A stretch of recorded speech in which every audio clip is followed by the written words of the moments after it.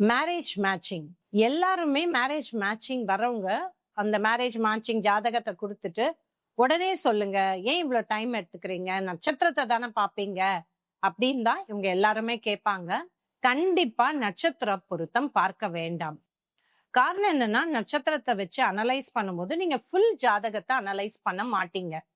அப்படி நீங்க பண்ணாத பட்சத்துல அது என்ன ஆகும்னா, பாவத்துக்கும் ஒரு மேட்சிங் பார்க்கணும்.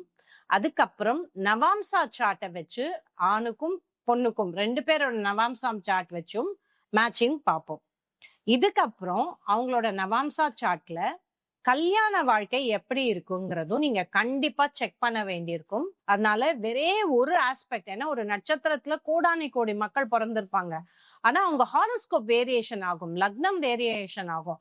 அதனால தயவு செய்து நட்சத்திர பொருத்தம் மட்டும் பார்த்து எந்த ஒரு ஹாரோஸ்கோப்பையோ கல்யாண வாழ்க்கையோ முடிவு பண்ணாதீங்க.